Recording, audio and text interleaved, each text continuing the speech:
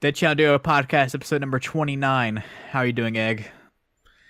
So we're starting off that way, huh? Great. So I'm doing well, Andy. How are you?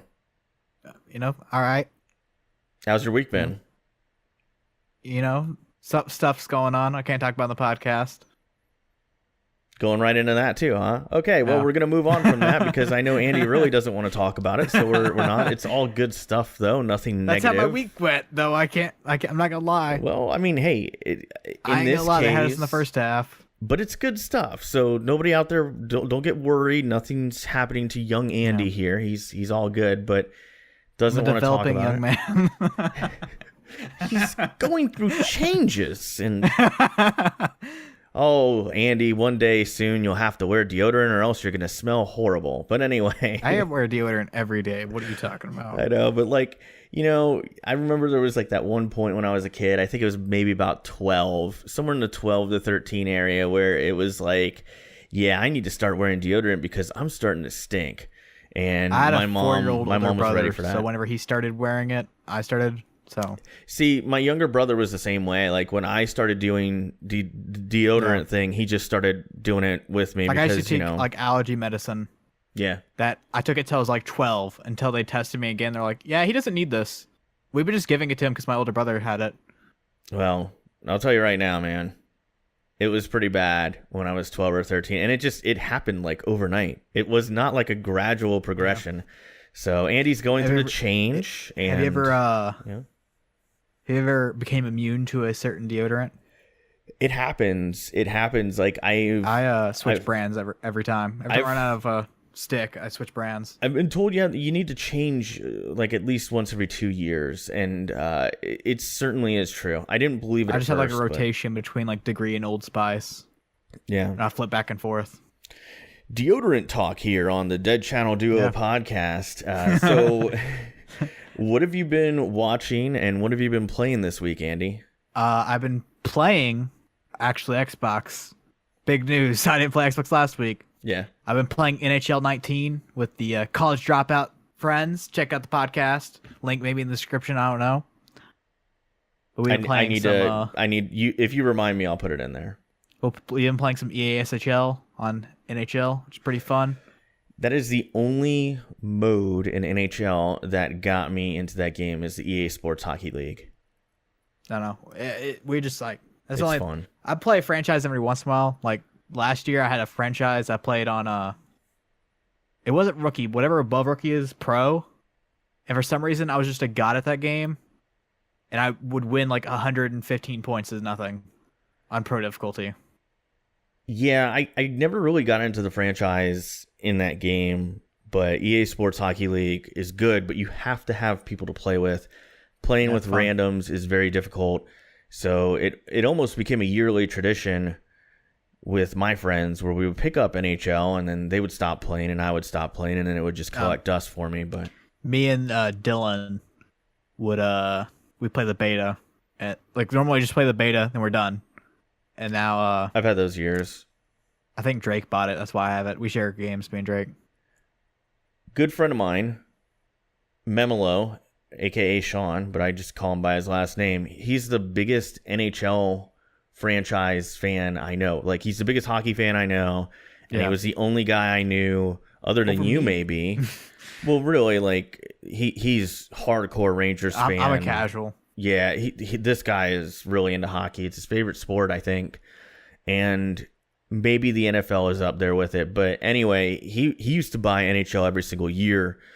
And he was the only person I knew who did that. And this year he stopped playing it because he's just fed up with the whole EA thing. So that franchise, I do wonder if they're going to continue to make it because I know it's not cheap to make.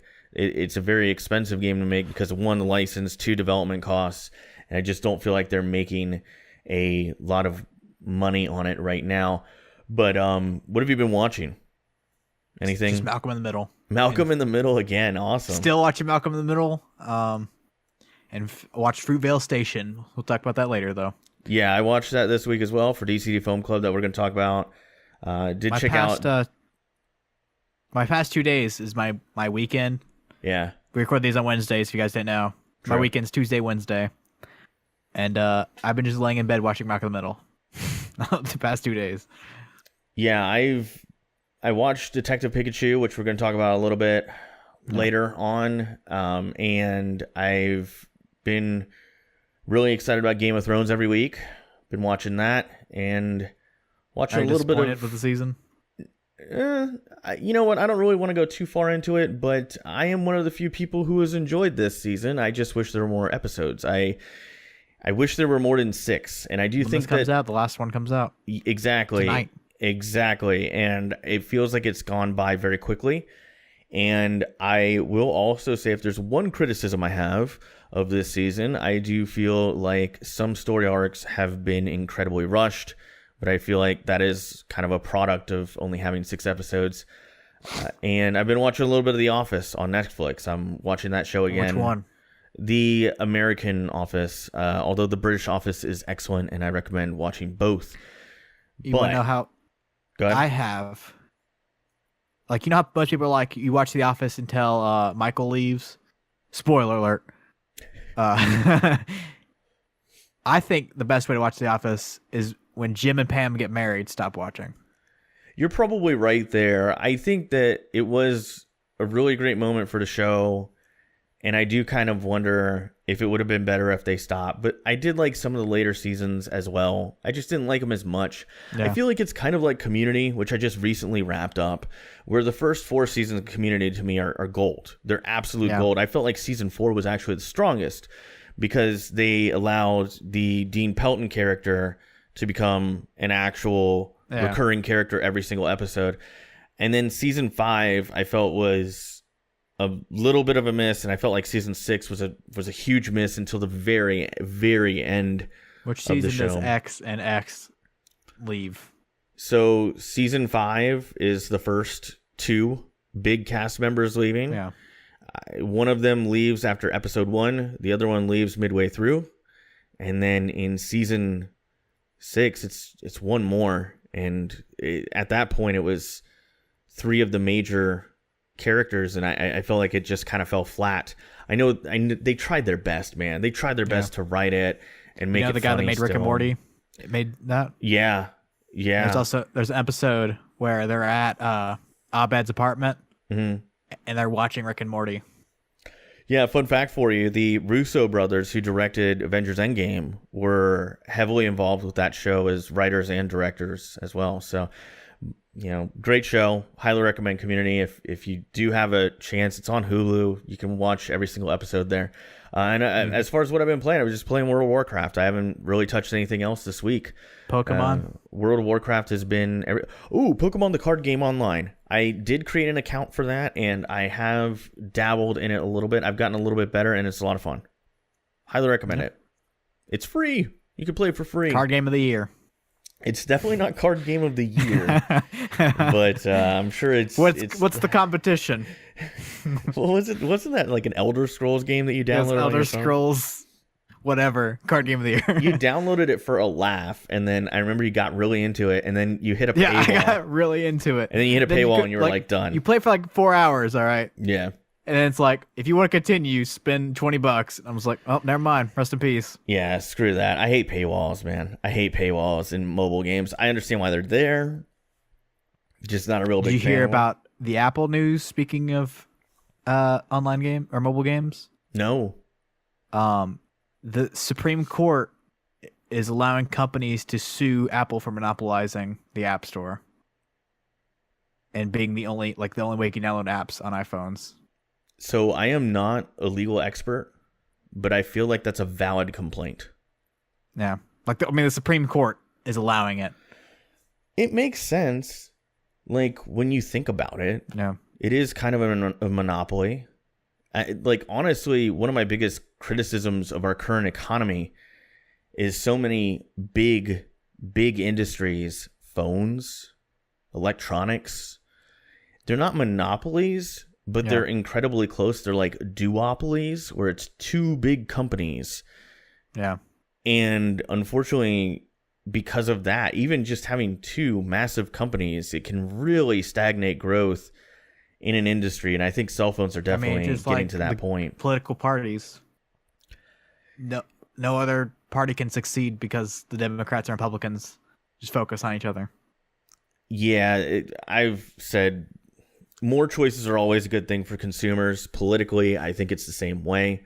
I don't want to get too far into that, but I will say, even if we had 4 major political parties in this country, I think we'd be in a better place politically, and we'd have more innovative ideas coming out of politicians' mouths rather than towing the party line all the time.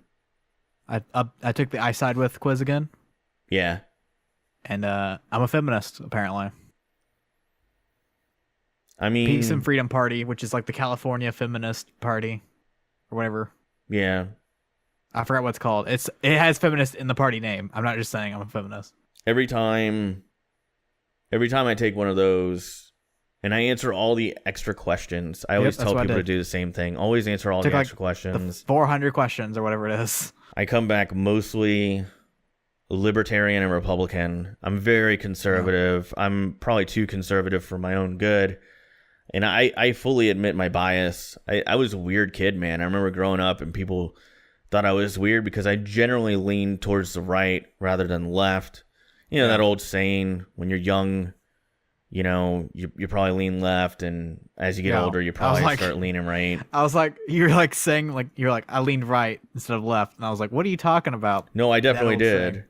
I definitely did, yeah. I was the antithesis of that. Yeah. Yeah. So, with that being said, let's move into our first topic here. We're going to complete the trilogy that we've done on the last couple shows. These have been really fun to do. So, 2 episodes back, we picked our all-time NFL team.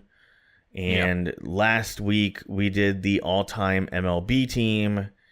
And now we are doing the all-time NBA team. And I'm excited about this one. I feel like this will probably be where me and Andy have the most differentiation. Could be wrong. I felt the other way. I feel like we agree the most of this one. We may. But we did, instead of just doing the 5 picks, we picking basically an entire team, starting player at every single position, and then backup at every single position, and then 2 wild cards. Made it really easy for me, because if I had to pick just the starting 5, some of these decisions would have been very difficult. This was the easiest list to make, in my opinion. You know what? I'll agree with you there. And the reason why is obviously less players. Yeah. But the other thing, too, is I feel like the disparity in what makes... So, like, if you take an average NBA player versus a player like, for example, LeBron James, who right now is the best of his generation. There's no questioning that. Generation. Yeah. Well, we'll get into that later. But, so my thing is this. The disparity in talent is so massive. Whereas baseball, even the best players above a replacement level player, yes, there is disparity, but not as much. Yeah. It's kind of hard to describe. Anyway, Andy, I'll let you lead off, man. Tell me about your team. All right. I think we should flip. I think we should go back and forth like we did last time. Okay. You know, starting off with point guard. I've tweeted about this in the past. I tweeted, quote, "This player is the greatest basketball player I've ever seen with my own 2 eyes. He's the most unstoppable offensive weapon to ever play the game of basketball." And that's Steph Curry. It's a good pick. Mine goes completely opposite. But, yeah, didn't go with the scorer, although he was a guy that could score. This guy retired with the career lead in assists. He has a lead of over 3,700 assists over his closest trailing player, which is Jason Kidd, by the way. And Jason Kidd had a hell of a career. So I don't know if anybody will ever break this career assists record, but never say never. He also retired as the career leader in steals. He ran the best pick and roll of all time that I've ever seen. John Stockton.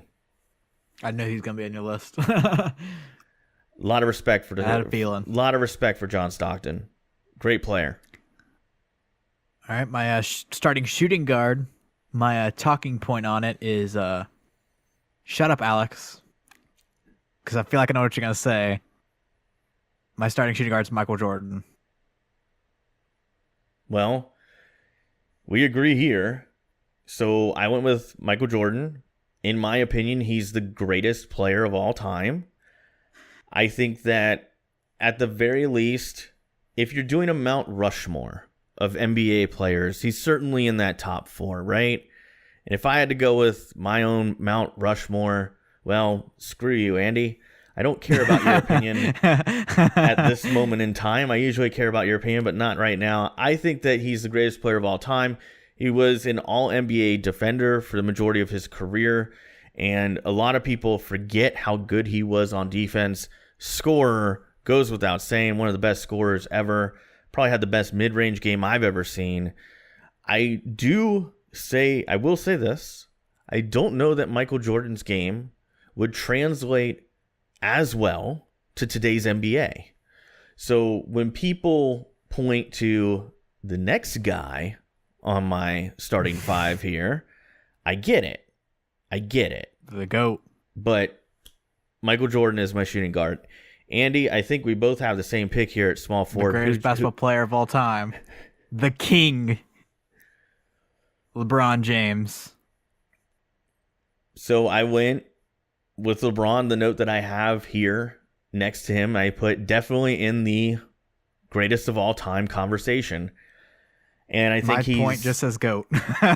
Exactly. And I don't think that there's a wrong pick here. I've historically gotten very tired. I find it a tiresome argument when people compare LeBron James and Michael Jordan. They're different players from different eras, different generations.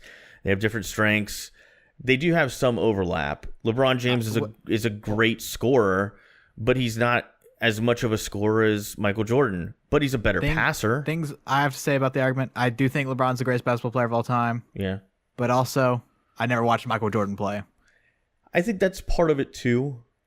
But I put LeBron here. I think that he's an underrated defender. I think he's better on defense than people give him credit for. I think he's one of the best passers in the league right now, could be the best. And I like that even though he's a small forward, sometimes they put him at power forward. Yeah. He can play point forward. He can bring it up the court too. I like that about LeBron. Power forward, I don't think that we're going to agree on this one. The rest of the list, I think we'll agree twice. The rest of the way.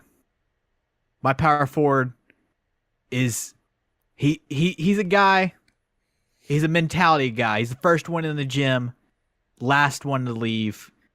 He's super in the game. One time he was, I forgot what, he's watching a reality TV show and got so mad that a chick picked a different dude that he headbutted a hole in the wall. And that's Kevin Garnett. It's a good pick. I like him. Defensive freak. Did not have him on my list at all, though. Because at power forward, it's pretty crowded. There's a lot of good players there. The next position's even more crowded. Exactly.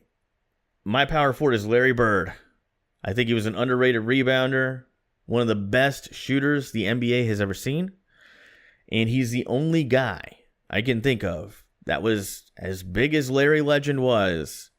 This is how good he was as a shooter. Look up the number of players who have done this. He shot over 50% from the field one year, over 40% from three. 50-40-90 club. 50-40-90 club. Not many big men can do that, and that's why I have Larry Legend here. There's the time where he got bored. He's right-handed. He shot the entire game left-handed and dropped 50 points. He's also one of the smartest.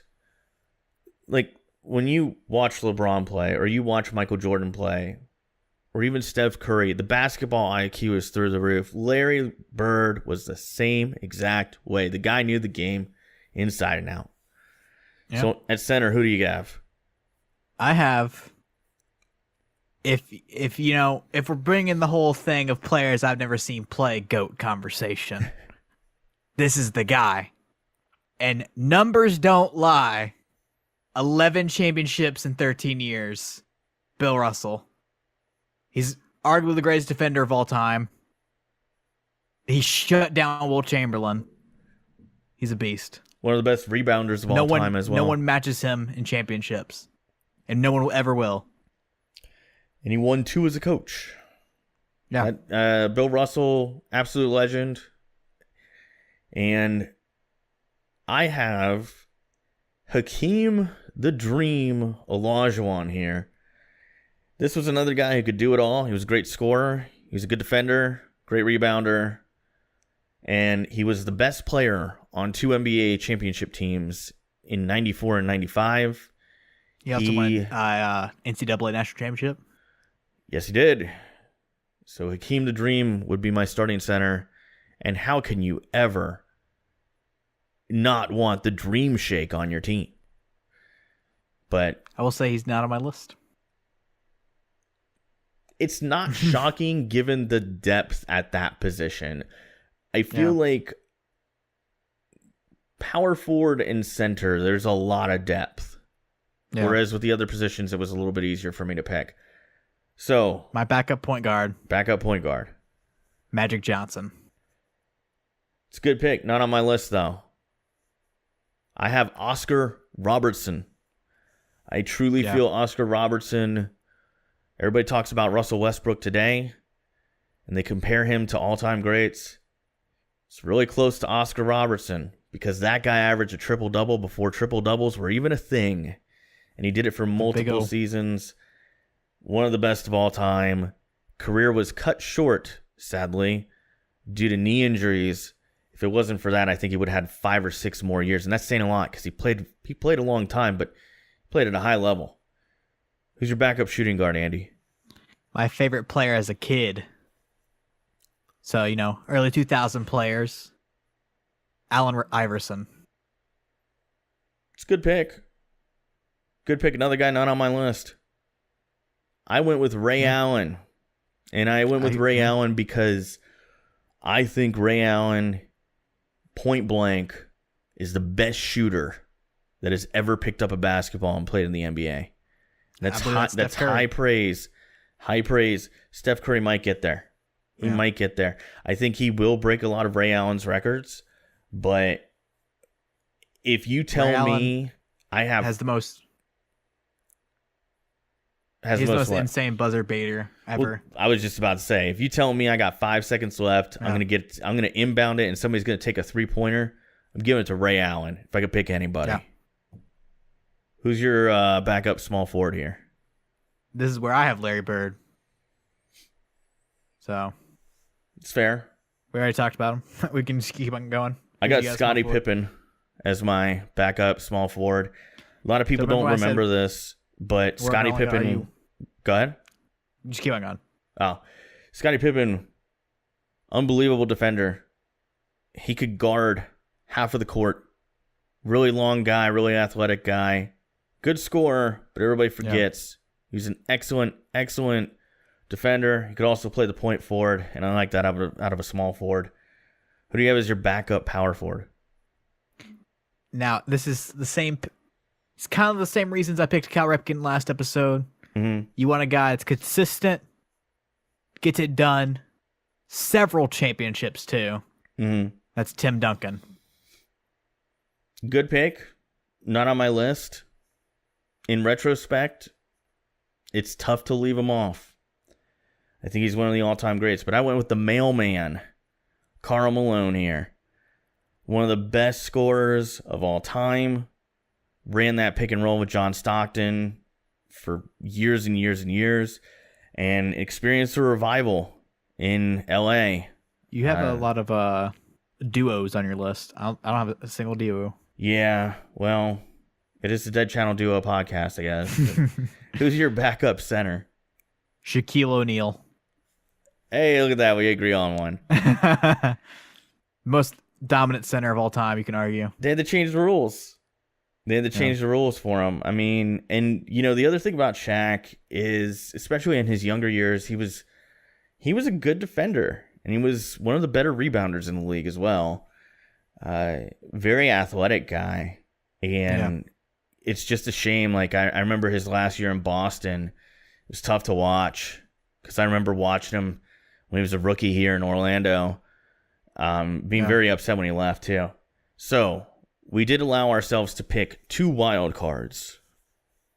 So who's your first wild card? Fun with these. Yeah. First one, The coldest man ever to pick up the basketball.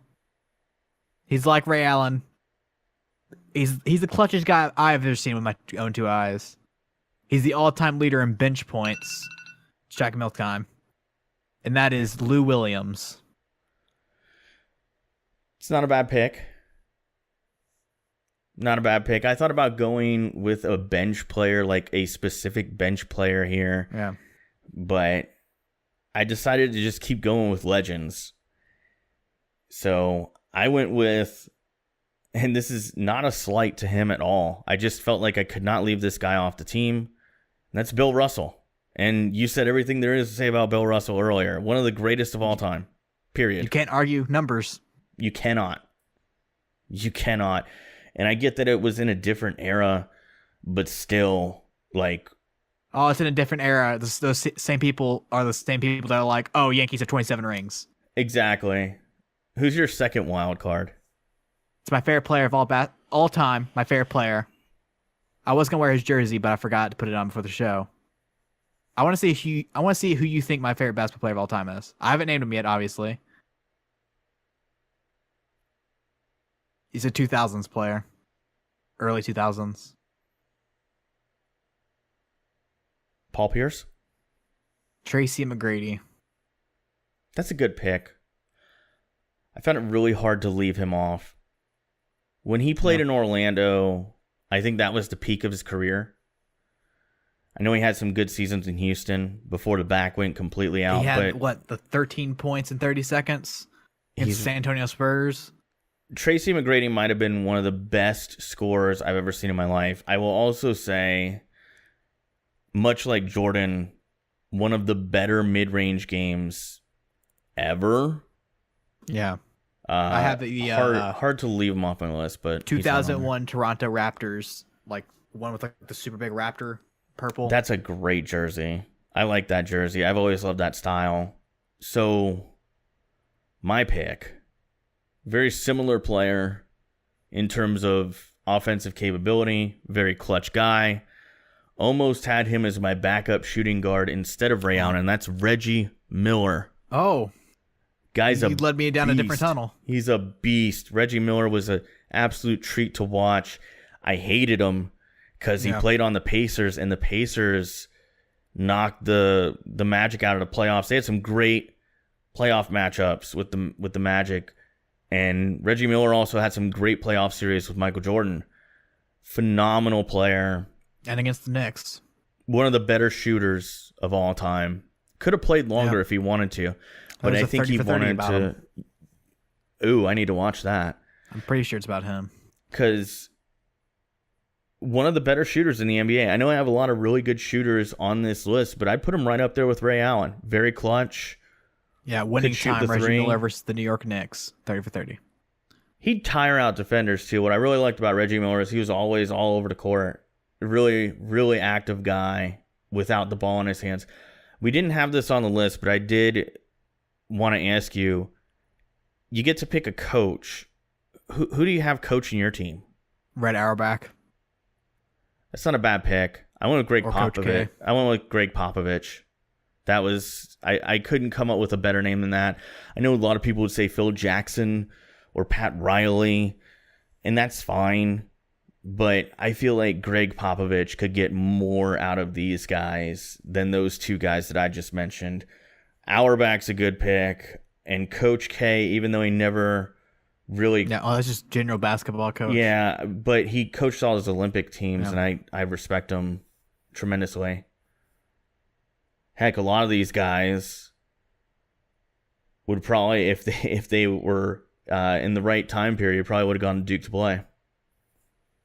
I mean, who wouldn't want to play for Coach K? So I want to note an interesting thing. When you picked Reggie Miller, yeah, I was thinking when we got past shooting guard, I was like, man, this player's not gonna make the list. Then you kind of like teased me with what you're saying. Kobe Bryant didn't make our lists. You know, here's my thing on Kobe. I feel like, oh God, how can I put that? This is gonna. He's never the best player in his team during a championship. This is gonna offend people. He won 2 as the best player on a team. Those last two that he won, who was better? He was the best player on the team. Pau Gasol. It's fair to say that. It's fair to say that. It's a hot take, super hot take, but no, but like realistically, those teams don't win without Pau. Yeah, I mean, they also don't win without Shaq before then. No, I don't care what anybody says. I've had people argue me on this till they were blue in the face. Yeah. I had one guy that I worked with who got unbelievably angry with me when I said this. Those first 3 championships, Shaq was the best player on that team. You want to say Shaq wasn't the best player on the Miami championship team and then it was Dwayne Wade instead? Sure, I'm with you there. I still think it's Shaq on that one. It's tough. It's tough for me to pick between those two. I agree with you. D-Wade's also 100%. A baller, but I think D-Wade's more influential than Kobe was. I would agree with that too. I don't have like an axe to grind with Kobe Bryant. Yeah. It's just I never saw it. I never saw him as the natural comparison that people always made because he was the next great shooting guard. Obviously, people said Jordan. I never even saw him in the same conversation. Great player. I'd love to have him on my team if I could get a prime Kobe Bryant. Absolutely. Person. Yeah. I forgot what he was for. His best short, but I don't remember his role. I mean, I get it. I know that would be. I feel a little bad about leaving him off, but I feel worse about leaving Tim Duncan off. I mean, I had him, so. I mean, well, yeah, but Tim Duncan, that was a tough one for me to leave off. But yeah. Anyway, hope you guys enjoyed it. I certainly enjoyed going through this with Andy. It was illuminating for me because I didn't know how really far back your basketball knowledge went. Oh, I could have gone if I really wanted to do this super I don't know. I kind of want to base things off what I've seen. Mm-hmm.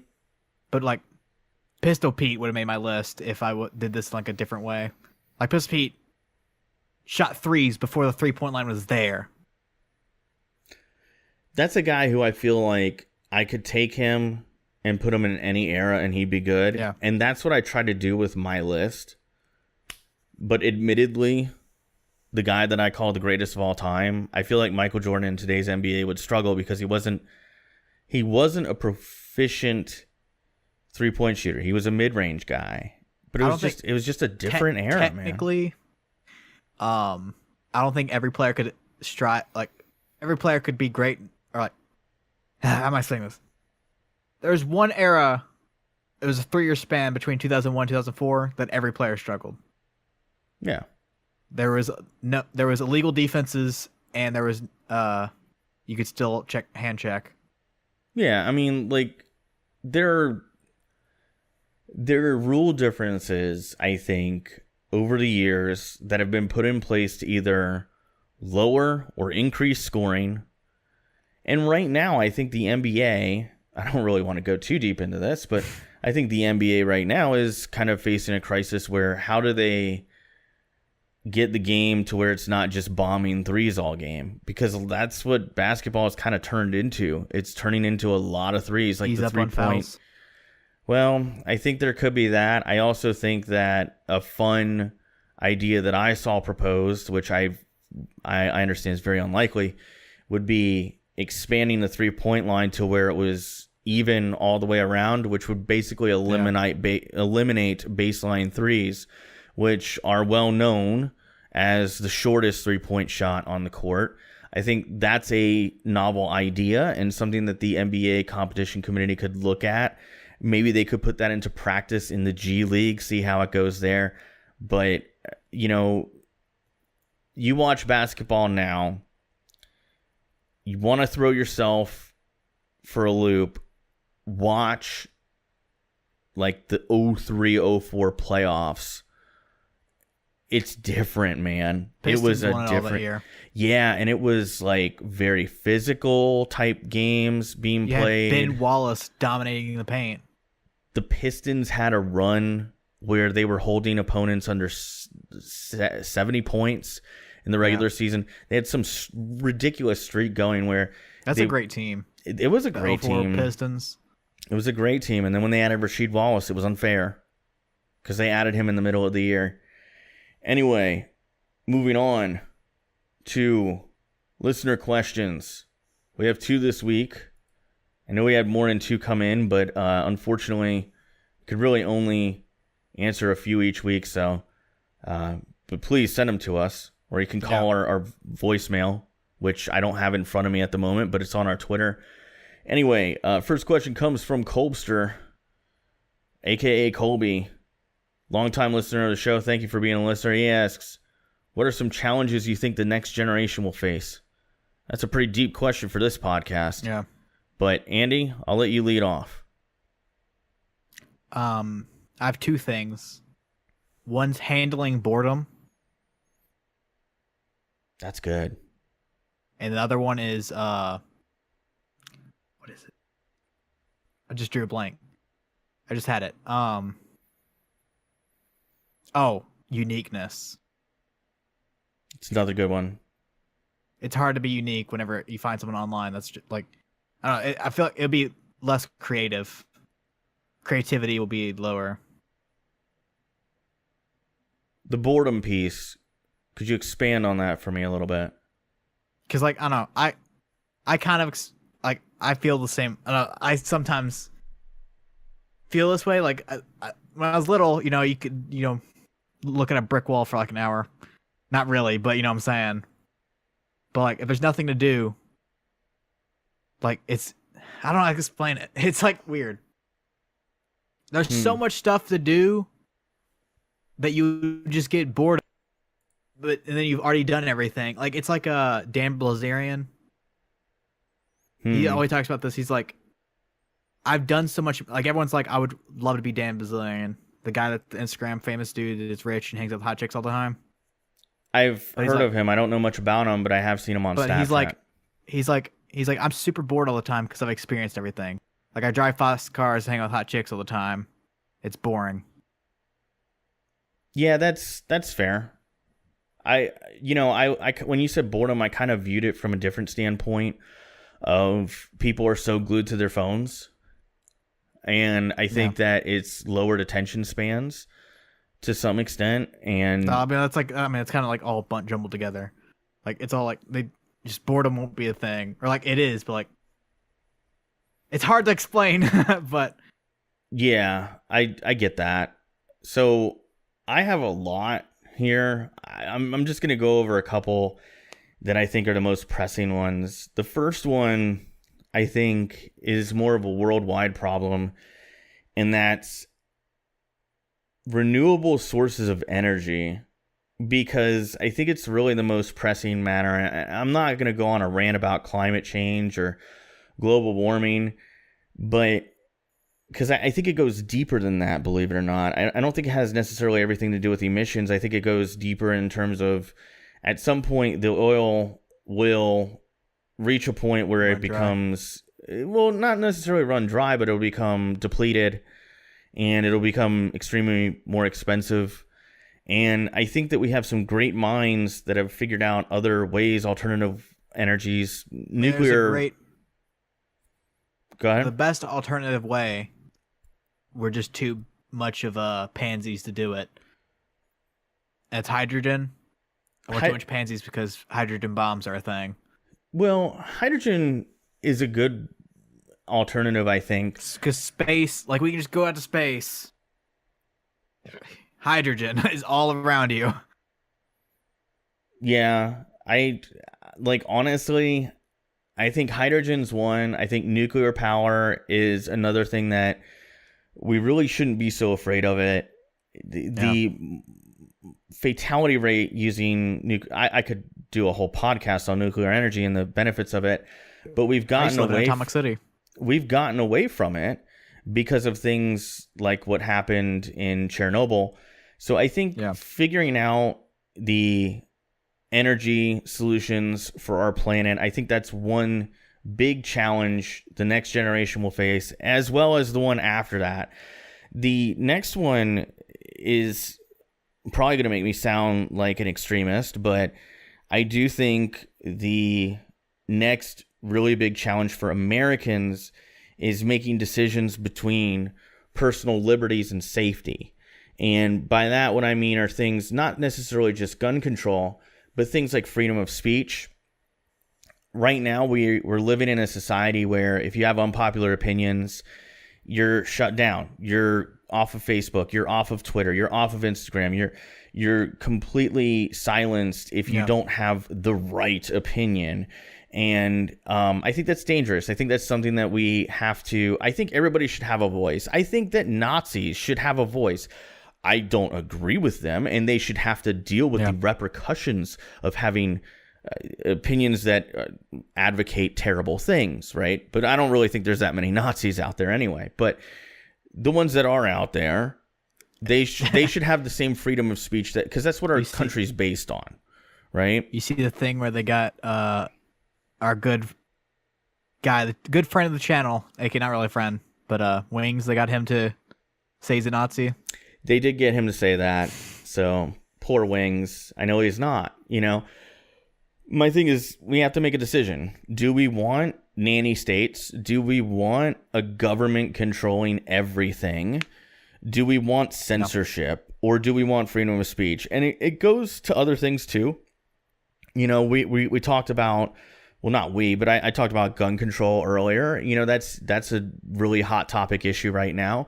I think everybody that's watching this podcast is very well aware of where I stand on the thing. No, I don't want mentalists running around with machine guns, but I do believe that law-abiding citizens' rights should not be infringed upon at all.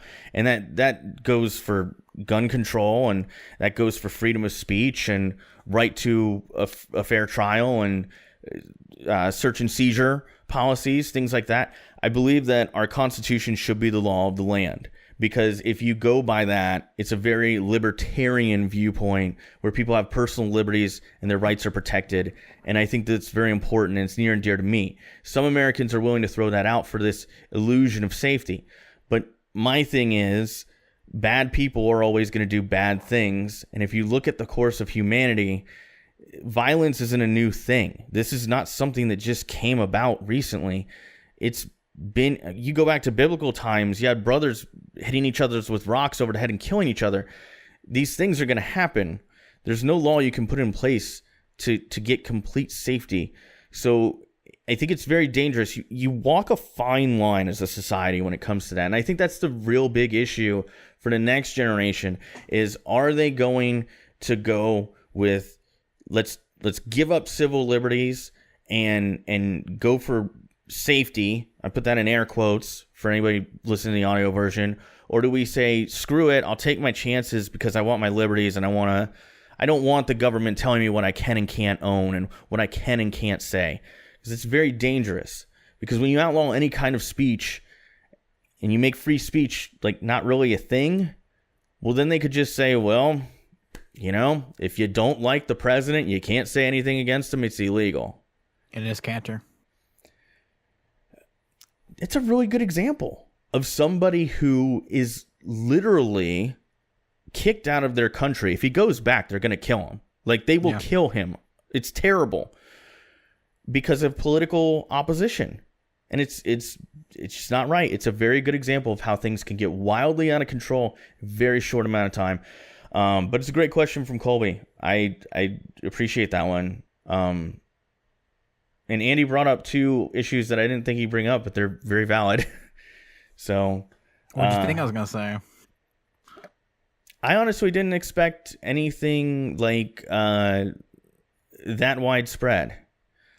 I didn't think that you'd pick something that, because like you talked about boredom and lack of creativity, and that's a worldwide thing, man. I thought you'd pick something that was more just national, kind of like what I did.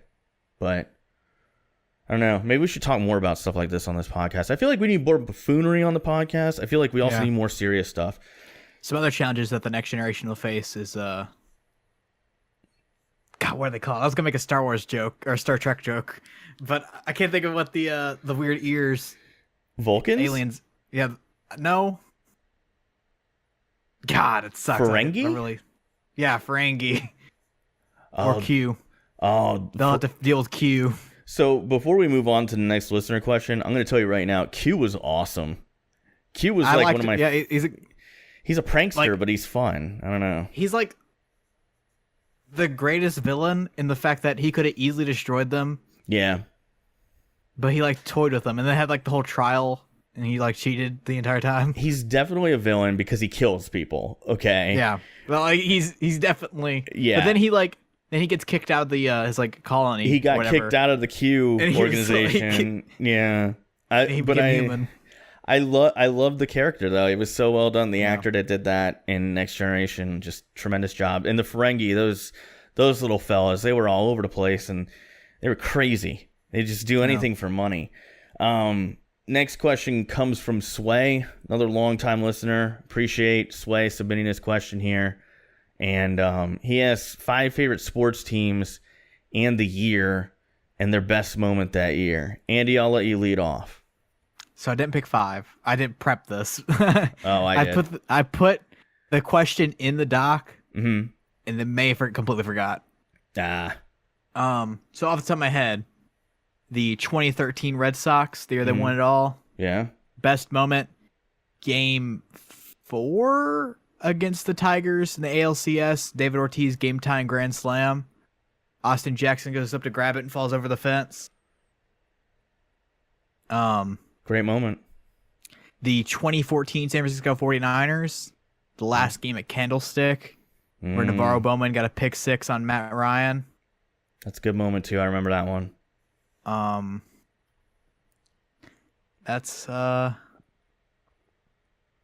as far as I know. I can think off the top of my head. So I'll quickly go through mine. Oh, I got one. Okay. 2017 Celtics. And when Isaiah Thomas dropped 53 points after his sister died. Oh yeah, that was a tearjerker for me, man. That one hit hard. That one really hit me hard. Kudos to him for playing in that game. That was an unbelievable performance. Like, I'd put that up there with, to me, that was like Brett Favre's performance right after his father passed 52 away. Points. I don't know which one it is. There's 2 things. It's 53. All right. I was right the first time. So, I do have 5. I'll go through them real quick. These are actually in order. So, these are, like, really, I went more for the moment than the team, if that makes sense. But first one, 2002 Buccaneers. It'd be easy to say the Super Bowl, but that wasn't my favorite moment of that season. It was a wild ride, man. I didn't think that team was going to go 12-4, but they did. But NFC Conference Championship, last game at the Vet in Philly. Philly was already selling Super Bowl tickets. They presumed that they were going to win that game. Rondé Barber's pick 6. You could have dropped a needle in the Vet and heard it. You could have heard a pin drop, is what I meant to say. Rondé Barber's pick 6, to me, the greatest moment in Buccaneers history, and by far my favorite sports moment. If you watch that film, you can see people in the stands throwing stuff on the field as the play is happening. Great moment. Led to their first Super Bowl, their only Super Bowl win or even appearance. Next one, 97 Marlins. 1997 Marlins won the World Series. Edgar Renteria walk-off RBI, Game 7, 2 outs, bases loaded. Every kid's dream. I mean, every kid dreams when they're playing baseball of bases loaded, 2 outs, World Series on the line, got to hit a walk-off. To me, it's the greatest World Series moment other than Joe Carter's walk-off home run in, I believe, 92 or 93 when the Blue Jays won the World Series. 2003 Marlins would be my next one. Again, they won the World Series, but my favorite moment was actually Game 6 in Chicago, the massive rally that they did after the Bartman incident. Yeah. And the Bartman incident, I feel like it's completely overblown. I don't think Moises Alou was catching that ball, period. But I know that's a huge point of contention. Moises Alou used to pee on his hands before games. I think I remember hearing that because he was on the 97 Marlins that won the World Series. Yeah. He's a little bit of a weird fella. Moises Alou. Yeah, but he's a good baseball player, and his father was a great coach and baseball player in his own right. 94-95 Magic being my next one. They went to the finals. They got swept by Houston. Hakeem Olajuwon and the Rockets. But my favorite moment there was Nick Anderson stealing the ball with 15 seconds left from Jordan to win Game 1 in the Eastern Conference Finals. That was a hell of a moment. And I would say it's probably one of the best moments in Orlando Magic history. Anytime they show franchise highlights when you go to a Magic game, that's always the first one they play because it's just such an epic moment. And then finally, 2008, 2009 Magic, that was a great year for the Magic. I love that team. A lot of good players on that team. Rafer Alston got traded for at the deadline. Did a great job filling in for Jameer Nelson. In my opinion, they should have kept Nelson on the bench. Yeah. But nevertheless, they did go to the finals. My favorite moment from that season, though, is Rashard Lewis in the game winner, Game 1 against the Cavs in the Eastern Conference Finals. Everybody thought LeBron was going back to the finals, and the Magic pulled it off. It was a great series, though. Great series. But yeah, I picked one to complete my favorite teams. Yeah. I got one for the Bruins. 2013. Unfortunately, lost the cup to Chicago that year. But I think it was the quarterfinals. We were playing against Toronto, Game 7. Down 3-1, came back, and then Patrice Bergeron with a punctured lung and 2 broken ribs scored an OT game-winning goal. Those are the moments you remember forever. You know, like the 97 World Series was 22 years ago, and I remember watching that as a kid and losing it, just absolutely losing it. Such a great... Oh, God, I remember watching all those playoff games. That series they had against the Braves. And you just don't forget that stuff, man. And that's why I think sports is so great. It's a great distraction. It's a great distraction. And then if I had to put another answer, 27... or last year's Red Sox, best moment, spanking the Yankees 16-1 in Yankee Stadium. Or... the Dudley Boys returning. I don't know why I get goosebumps every time I see that. I mean, the Dudley Boys are pretty amazing tag team. Like, it's just like, I don't know, completely out of left field. That might be a good future topic because I know we had some major WWE moments. No, some major disagreements. Oh, tag team top 10 rankings. tag teams of all Too time. Cool is number 1. Get out of here with that nonsense. Our top 10 list would be completely different. I think there's a little bit of overlap, but not much. That was something that we talked about before DCD was even a thing. I know. How are we doing on time? We're at an hour right now. Well, 55 minutes. So thanks to Sway for the question. We appreciate it. So entertainment, and I just saw 2 topics that I wanted to talk about. So I'll bring them up anyway. I'll quickly go through them. No, I'm going to bring them up. I can put them back. Oh, look at that. They came right back. So, I'm watching Andy edit the stuff here. Google Doc. So I really don't have much to say about this first one other than... The next 4 are kind of like we can get through pretty fast. Yeah, but like this next one, I'm just excited. I don't know how excited Andy is about this. I don't even know if you watched this show. Rick and Morty season 4 coming back in November 2019. Announced today. I think the show's overrated, but I'll still watch it. I'm a big believer of the hype in that show. I really love the show. I do think some of the fans put it on a pedestal that's just like crazy, right? It's not the most overrated. All right. Nah, I wouldn't say it's most overrated, but most overrated show of animated comedies is Big Mouth on Netflix. Oh, okay. Never even seen it.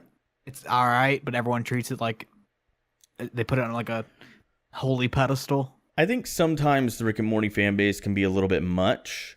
I will say that I went to a Rick and Morty fan event, and 95% of the people there were just really super cool and into the show. But there was this very small group that was obnoxious, rowdy, and when I say rowdy, I mean in a rude way. Sauce? Well, if you're talking about Pickle Ree, that guy's brilliant because that was all staged. He did that as a prank, and then people thought it was a real reaction, and he made so much money off of it. Kudos to that guy. And he's funny. It was just really funny the way he did it. because he was making fun of the fan base going crazy about it. Yeah. But I will say, I'm when just, I like, went never go ahead. died laughing watching Rick and Morty. I've had a couple moments like that with Rick and Morty. I really like the humor. I like how it has all levels of humor, right? So like there's some jokes that are really witty Sorry, and you clever. have to have 200 IQ to understand the show. See, I'm not that, but I will say is there's some like kind of highbrow jokes that make reference to, like, science and like Yeah. and they're clever and they're witty and like that's funny humor to me. Like I love clever and witty stuff, but it's also got like really lowbrow stuff too. Like there's all kinds of like dick and fart jokes, stuff like that. So Yeah. it's very up and down, and I think that's what I like about it is you just never know what you're gonna get, and some of that surprise is what makes it so funny. But looking forward to it coming back in November 2019. I hope they have more appearances by my favorite character in that universe, Keith which David? is Mr. Poopy Butthole. Oh, I love that guy. He's hilarious. Anyway, can't wait for it. My wife is so stoked. I introduced her to that show, and I think she likes it more than I do. Yeah. So next Speaking one, of your wife, Detective Pikachu. Yeah. This was a mandate from my wife. We have to. So first of all, I have to buy the Blu-ray when it comes out. I've been given that mandate. If it comes out with a steelbook, I have to buy a steelbook. I talked to this with my boss. I was like, why don't we? If I had to change movie theaters, you should be able to pre-order the Blu-ray as you're leaving the theater. I would love that. I would do it. My wife would make me, but I would do it anyway. Yeah. So Detective Pikachu, I had to see it release day because my wife was really adamant about seeing it right away. She's a very big Pokemon fan. She enjoyed the TV show as a kid. She went back and rewatched it all, and she still likes the show. And it's kind of a testament to how well that show has aged. When this movie got announced, I showed it to her, and she was instantly in love. And we followed it very heavily up until its release. I was excited about this one. I did want to just give everybody my quick review on it. That does not include spoilers at all, so you don't have to like turn it off. Like I'm not going to spoil anything. I haven't seen it, so really, really good kids movie. I understand going into it that it's a kids movie. Like it's not high cinema. So if you're going for that, I don't think anybody is. But if that's what you were expecting, you'll be disappointed. Other than that, it was really funny. Ryan Reynolds' performance is outstanding. The art was great. The artists that they hired to make lifelike versions of Pokemon that they used for the CG, look up the story behind it. He was an independent artist who got brought in. The animation? Yeah, the animation was great. I thought the animation was... Same people that are doing Sonic. Well, good. Same team. I hope that they'll be able to do as good with Sonic because it has a substantially lower budget than this movie had. But overall, really fun. I give it 2 thumbs up on a 10 scale. Again, keeping in mind that it's a kid's movie, 7.5 out of 10. If you like Pokemon at all, go check it out. It's outstanding. I have a question. Yeah. Who'd you get in your packs? Oh, man. You obviously got 2 Detective Pikachus. So we got 2 Detective Pikachus. Yeah, you're guaranteed a Detective Pikachu. Yeah, and then we got a Bulbasaur. And I forget the other one. I was just excited that my wife got Bulbasaur because she wanted that one. But it's a great movie. The card game tie-in packs were really good. We bought one of those at Best Buy. My wife pulled a card. We bought it for $9. She pulled a card worth $17. So did you sell it or keep it? I'm keeping it. Like she'd ever sell it. She's crazy. She wants to collect them all now. So yeah, Detective Pikachu, go check it out. Kids things. Super Mario Maker 2. Maker 2 got announced. I know they said it was going to come out in June. They moved it back, I think, a week. Originally, I think it was coming out right before my birthday, but it's coming out right after my birthday. Yeah. And I got to say, man, I was really upset when they didn't do a port of the first Mario Maker from the Wii U to the Switch. It was the most played game in my house on the Wii U, and that's saying a lot because it's a game that you really can't get bored playing. It was so good, and I was worried that Nintendo was going to nerf it, but in the Nintendo Direct that they put out there today, there's competitive modes. It looks like the creativity is going to be even better on this one. It looks like you're going to be able to do more, and they'll have more online functionality because the Nintendo Switch has better online than the Wii U. So really looking forward to it. Andy, do you have a Switch? Party chat. Yeah, I do. You gonna buy this? Probably not. Oh man, we should buy it and we should play it together. I don't know. It'd be a fun stream. We could do a video series even. I don't know. The only game I have on it is Let's Go Eevee. Oh my god! You know what I just thought we could do? If you listen to the podcast and you make levels in Mario Maker, please send them to us. I would love to play them. I'll play them on YouTube. I'll put them on our channel. That would be great. That's what's so cool about it. Like you can send people up. Dude, it would be cool. If there's anybody out there listening who plays Mario Maker 2, please send us the levels you make. We'd love to play them. Next topic, NCAA. Now there's talks that they're allowing people to allowing players to use their likenesses and things. So potential NCAA football and basketball return. I'm really trying not to get excited. I don't want to get let down. I think they're gonna do it, but I also think EA won't touch it. I think 2K is the guys that are gonna take over. It's a really dumb move if EA doesn't do it, in my opinion. EA, I think, will attempt it and it'll fail. Okay, quick question for you, Andy. Do you think, let's say 2K doesn't do it, okay? Yeah. EA buys the rights, okay? And they buy exclusive rights. Somehow, some way they get exclusivity. Mm-hmm. Or maybe they don't get exclusivity. Do you think NCAA football would outsell Madden? The first one? The first one. The very first. I'm going to be honest with release? you. Yes. With the culture we're in right now, and nothing against Madden. By the way, EA, please invite me to the Maitland Center. I would really like to check out Madden 20 early, and I hear that you're doing that right now. I live really close. But anyway, I think right now with the way the Madden community is, I think a lot of people would jettison. They would just go right over. But I feel like it's just going to be a Madden with a skin pack over it. Oh, no, you're right. That's why I don't want EA to touch it, because if it was like back in 2014, whenever there's a whole NCAA development team that were making games better than Madden at the point,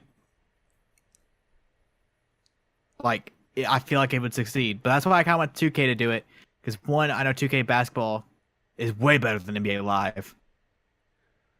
So I just feel like EA would be too lazy and just put like basically like take NBA Live and just like take its already properties and turn it into college. And same thing with football. I just don't see it going that way. Because if they don't go that way, then we won't get an NCAA game. Even if they pass this like this year or next year, we won't get an NCAA football game until the next console generation. No, we get one. Because so here's the insight that I have from being someone who worked at EA. Okay? So when I worked at EA, it was common knowledge that NCAA, it did have its own dev team, and they did go in there and they did change things. So, for example, NCAA used to play a little bit faster. They wanted things to be a little bit faster to kind of enhance the feeling of disparity in player talent. So, faster players played faster, slower players played slower, and there were some other things that were in there.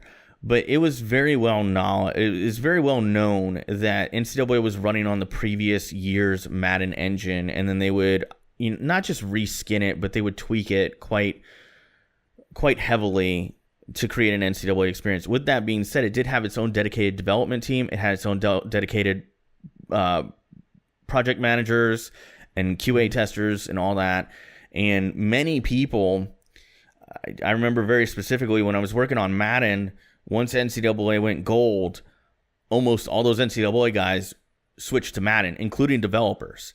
So the QA testers all came up, and it was great for Madden, because what ended up happening was you got fresh eyes on the situation. You got people finding new problems with Madden. So I think that it would be a very synergistic thing for EA to have its own development team, because what they could do theoretically is they have those devs and QA testers come over to Madden, so you get a really good NCAA game, and then those guys coming over can find a lot of the problems with Madden, and then you get a better Madden. So it would be really good.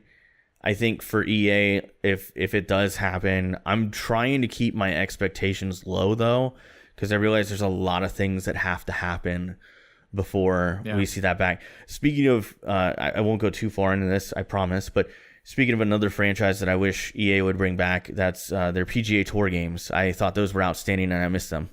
Rory McIlroy. That one wasn't very well done because it was the first one on a new console generation.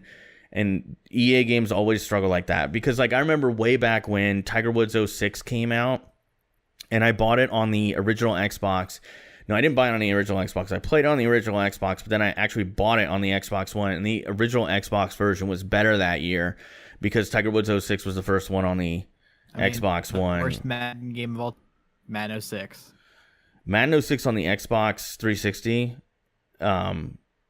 garbage. Madden '06 on the PS2 and the original Xbox, turn the passing cone off, it's pretty good. It's one of the better Maddens. Madden '05 will still be my fave. 360 version. The 360 version was garbage. It's terrible. It's the worst Madden ever. It was rushed. EA even admitted, because I knew a bunch of people who worked at EA at that time, and they even admitted to the media that they got dev kits for the 360 way too late, and they got dev kits for the PS4 even later. So if you go to Madden '07 on the PS4, it's terrible.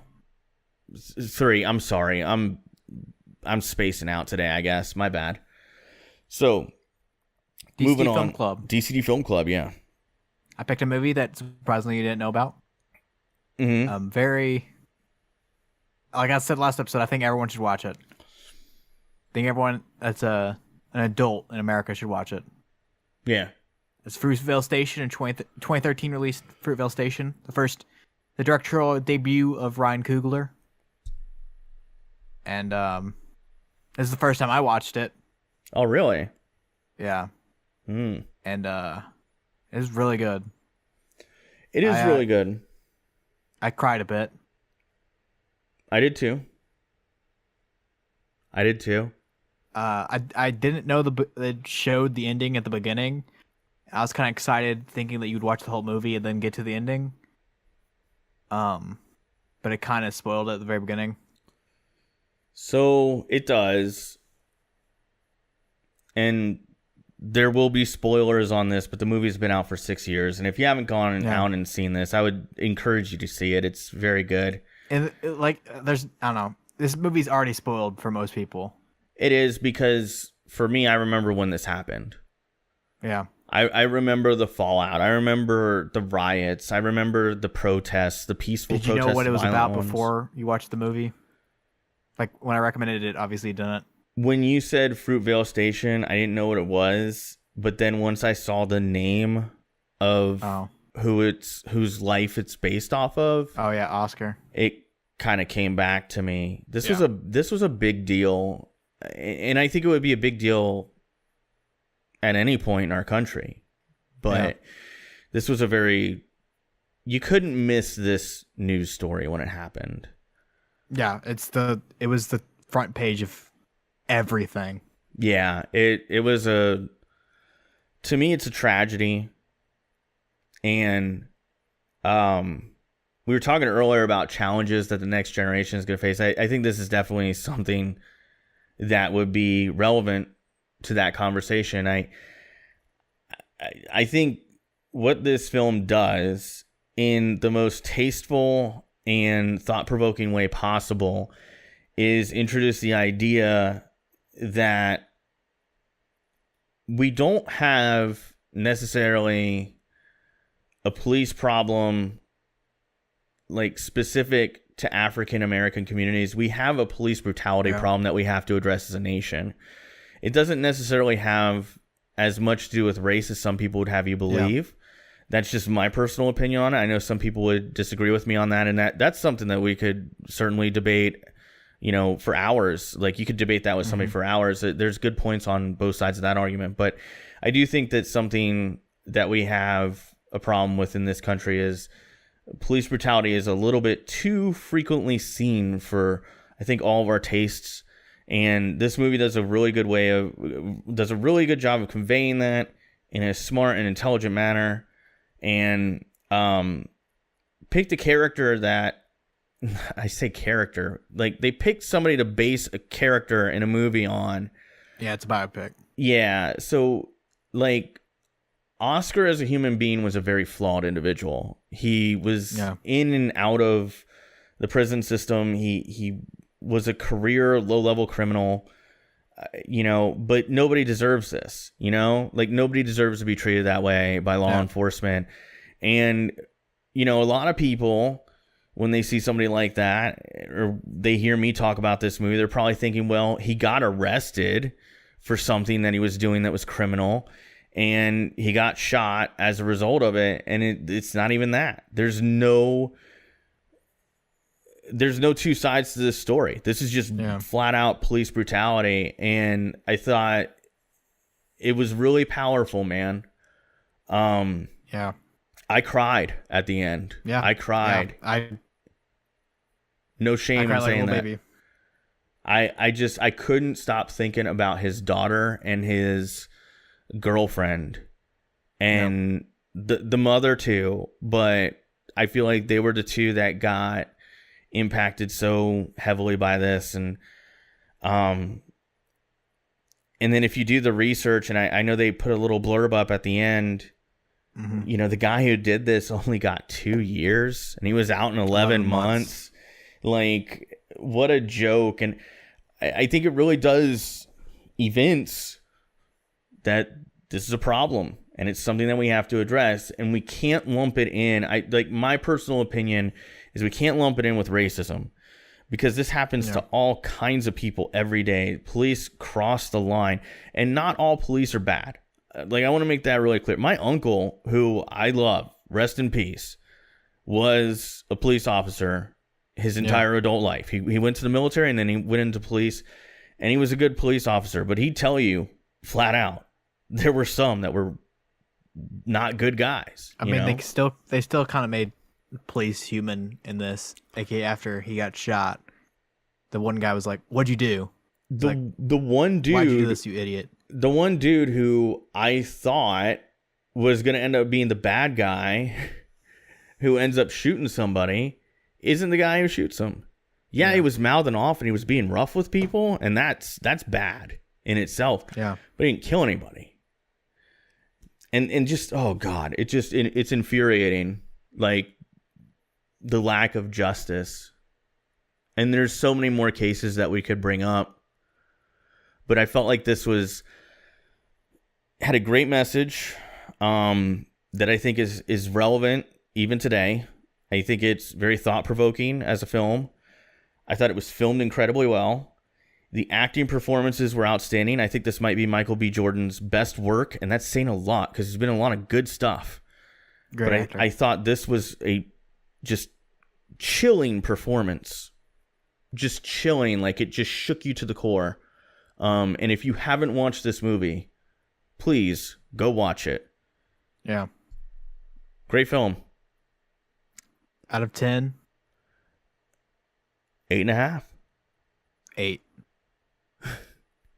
You're always lower. It's not always, but most of the time. I can't say enough good things about this film. Like, anything that evokes that much emotion, that's when you know something. To me, that's art.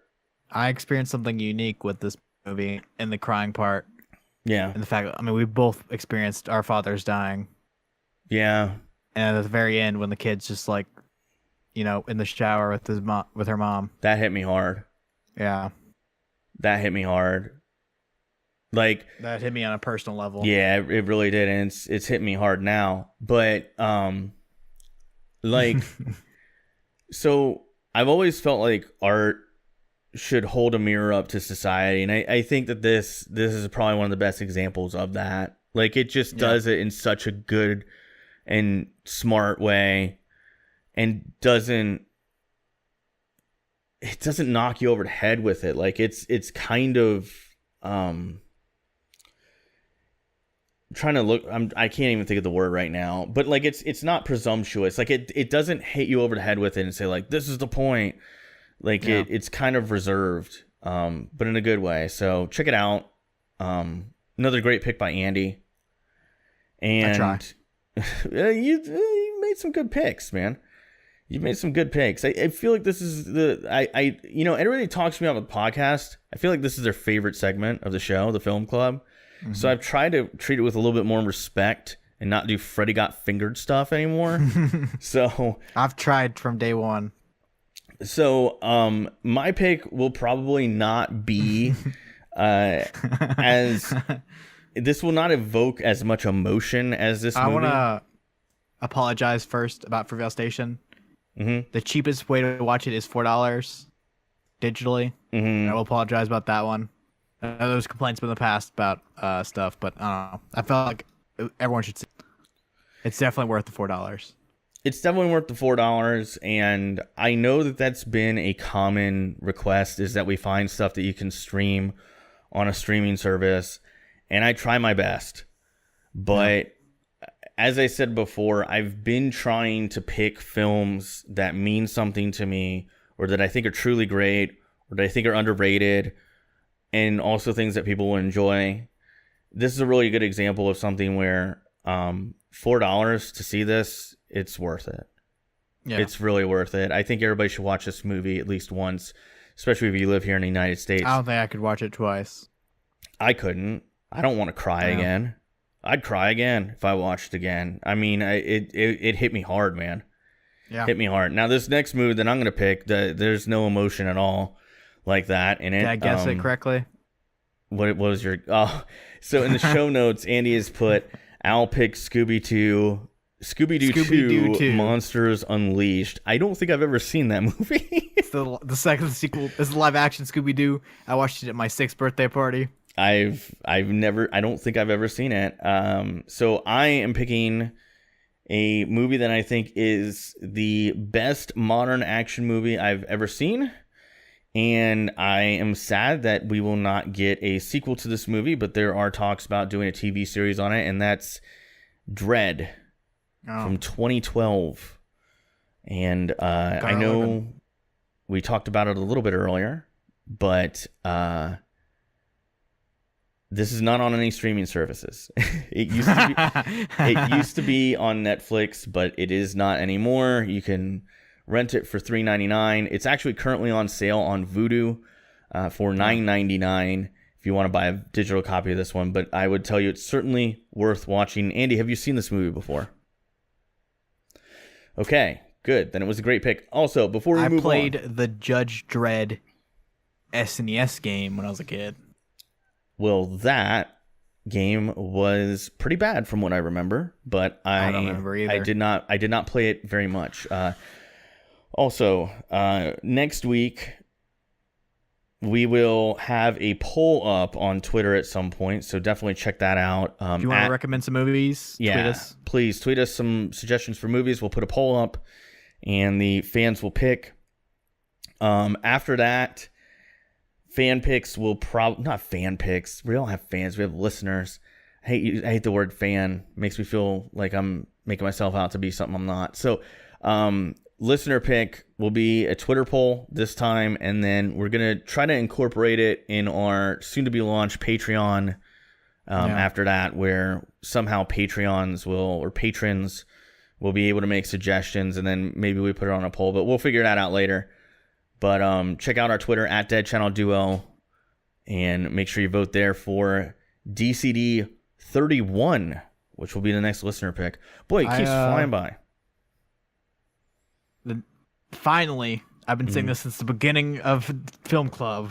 Mm-hmm. My next picks are the obscure stuff. Okay.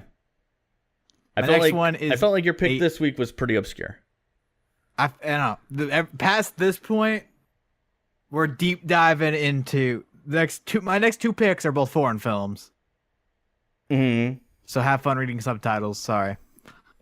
Well, we'll see. I almost picked a movie this week that had a runtime of over 3 hours, but I decided against it. So, but it's a really good movie. Just recently hit Blu-ray, but I'm not going to do it. Anyway, moving on to sports. So Andy put this topic down. He says, "What's worse, your team being bad or losing in the spotlight?" And in parentheses, he puts Marlins for being bad. And then in parentheses, next to losing in the spotlight, he puts Celtics. So I will tell you, as a fan, when my team stinks, I usually know they stink. And I have zero expectations. So when they lose, it doesn't really bother me. It stinks, but what am I going to do? I knew they were going to be bad. To me, the worst is what I talked about earlier with the Magic. They got to the finals twice. They got swept one time, and they won one game the second time they went. That hurts. Or like the Buffalo Bills making 4 consecutive Super Bowls and losing 4 consecutive Super Bowls. To me, that's the worst as a fan. If the Bucks had gone to the Super Bowl one time and lost, I'd be inconsolable. So, would you rather be competitive or be a bad team? I'd rather they be competitive, but it's difficult, man, because like sometimes the worst thing in the world is when your team's mediocre. Mm-hmm. They barely make the playoffs. They always get knocked out in the first round. That's maddening as a fan too. When they stink, you go, oh, it'll get better eventually. That old saying, you can't fall off the floor. Kind of like that. What do you think, Andy? The Celtics ripped my heart out. Mm-hmm. That's like the worst loss I've ever experienced, like being a fan of a team. Yeah. Completely heartbreaking. It was a tough one. I genuinely got butthurt. I watched the games on my laptop because I don't have a TV. Well, there's TV right over there. I don't have like cable TV in my room. Mm-hmm. And like it was like the start of the third quarter. I slammed my laptop and threw it across the room and just laid in bed. Oh, Andy. Like I genuinely didn't see the final score. That's terrible. I feel bad, man. But I've had those moments too. So, DCD, it's time to wrap it up. Yep, let's wrap it up. So, real quick, t-shirts. They're currently on sale for $13, and we always have a link in the description for that. Also, speaking of descriptions, I know for a long time I've been telling people that the timestamps are not on iTunes. I found out they are. They're on there. So, just a little note for you. If you like the audio-only version, you want timestamps. Now, you can't click on them, but they are there, so you can kind of search through the podcast, get to the points that you want to get to. Also, if you're watching the video version, goes without saying, there is an audio-only version if you prefer that. Vice versa, if you're listening to audio, there is a video version on YouTube, and all you have to do is I updated our website this week. If you go to deadchannelduo.com, it'll show you at the very top every single place you can find the podcast. Audio only, video, etc. We just got on TuneIn Radio the other day. We're still waiting to hear back from iHeartRadio and Pandora. But we're like on Spotify, iTunes, TuneIn, Stitcher, YouTube, Podbean. You could get a podcatcher and you could just put our RSS link in there and it'll download that way. So we're on just about everything. And finally, I want to say if you leave us a review on iTunes, we will give you a shout out. Same thing goes for Stitcher, because I know that you can leave us a review there. But we haven't had reviews in a while. So leave us a review and make sure you leave your name so I give you a shout out and a fun fact about yourself on a future episode of the podcast. Tell your mom about the podcast. Tell your mom about the podcast. Tell a friend about the podcast. Maybe retweet us on Twitter. Just recommend us to a friend. That would be kind of cool. So, Andy, anything you want to talk about sports related? Bruins? Rest in peace, Barnacle Boy. Bikini Bottom will never be safe again. And Bruins, we're 3-0 Eastern Conference Finals. Destroying Carolina. And, you know, dude, I swear to God. We're going to play the Sharks in the Cup, and Erik Karlsson is just going to completely destroy us, and we're going to lose. I hate Erik Karlsson with a passion. He used to play for Ottawa. He knocked out those playoffs like 2 or 3 years in a row. It's going to happen again. We're going up against the Sharks, and Erik Karlsson's going to destroy us. Well, I mean, at least they're going to go to the Cup Finals. They seem like a scrappy Yeah. team. They might win it.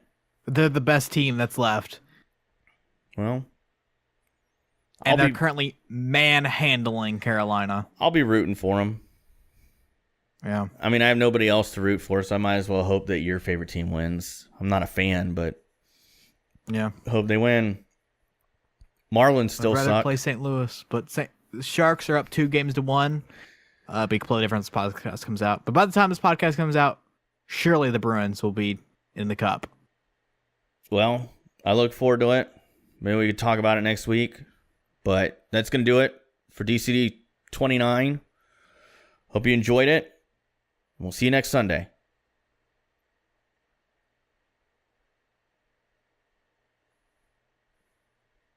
Bye.